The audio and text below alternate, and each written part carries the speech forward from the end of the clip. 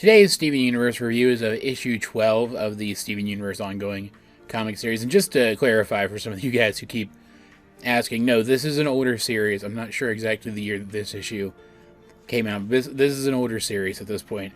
I just hadn't gotten around to reading it until recently. As far as I know, there are no current Steven Universe comics, and there are no plans for current Steven Universe comics.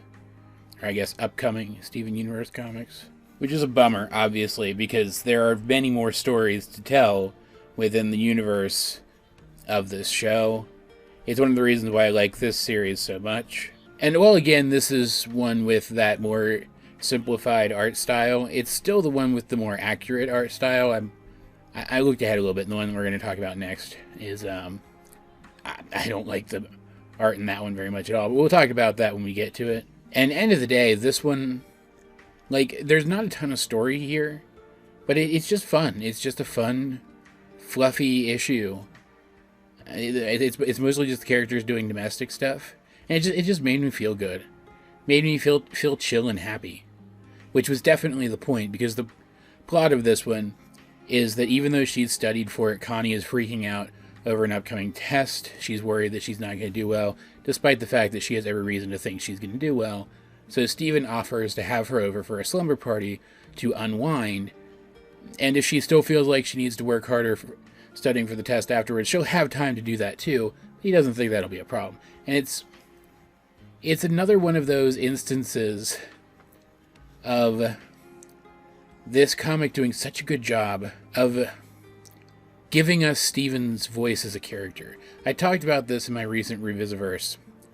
There were so many episodes of the show that, in hindsight, don't really serve much of a purpose except to show off how good Steven is at conflict resolution and helping people through their problems, which is why I have issues with how Future resolved itself, because, it turns out it was unhealthy for him to be doing that the whole time, and that bummed me out.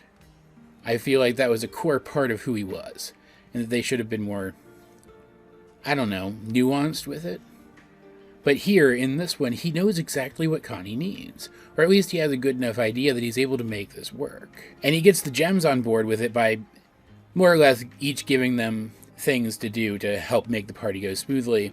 Pearl latching on to the planning aspect, Amethyst latching onto the food and games, and Garnet latching onto pillows. Quite literally, in fact.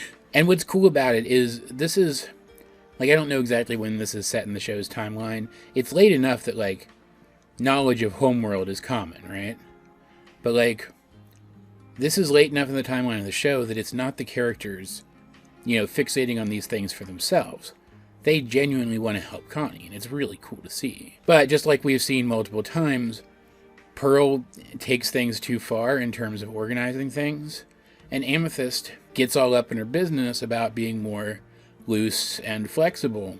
And they end up fighting a little bit, but Garnet is there, and she's able to play peacemaker and keep them on track, and the party ends up going really well overall. To the point that in a really cute, really soothing is probably the best word for it, an atmospheric stargazing scene at the end, they actually apologized to each other and recognized that it was the balance of their two approaches that made the party a success.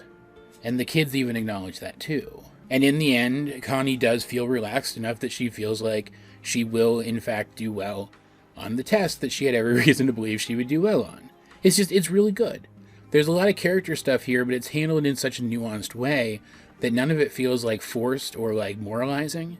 It just feels like these characters had a fun night together, and that a little bit of conflict grew naturally from the kinds of personalities they have. It's just really good. I'm trying to think of a moment in the show where it felt more like I was just hanging out with these characters and enjoying their company, and I can't think of one.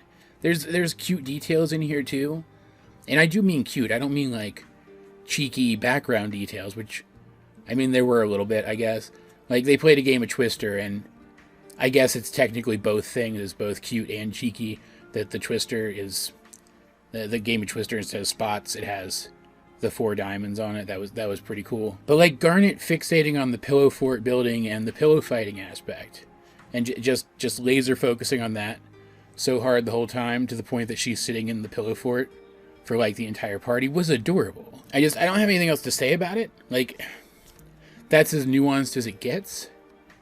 But it was exactly what it needed to be. It was exactly what it needed to be based on the way the story was set up for it to work as effectively as I think it could have. It was just really good. It's probably not the best of these in terms of like the complexity of the moral or the like story as a whole, like the weight of the story as a whole.